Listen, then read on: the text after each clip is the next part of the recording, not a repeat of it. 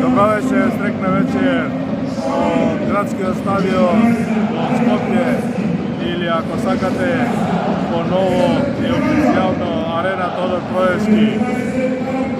Капацитетот на овој прекрасен фудбалски стадион на наши услови, малце поширено за Балканот, е некаде 34.400 места.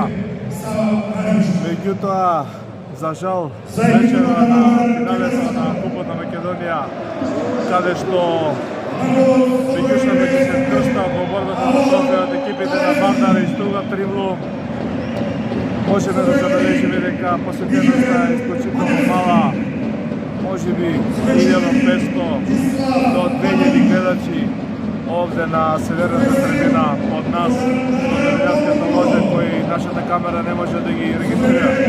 Не се, тоа е финале, сепак е празни, фудбалски, под гол по инерција.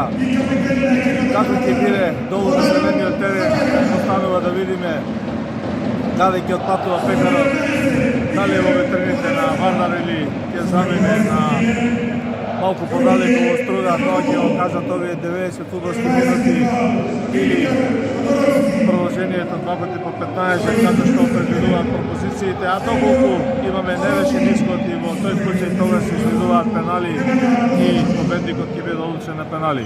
Вајсуја на ова финале случајски гол од Скопје ќе му асистира Јовчевски Дарко и Петковски Маки. Ќе слушате официјалните лица на надпреварот. На западната трибина е стандардната бројка на најогнената група на навивачи на Вардар, побитите, кои овој пат не го оставија клубот и се тука, но на југ и на север, преку мала бројка, на исток нема никој. Тоа е тоа.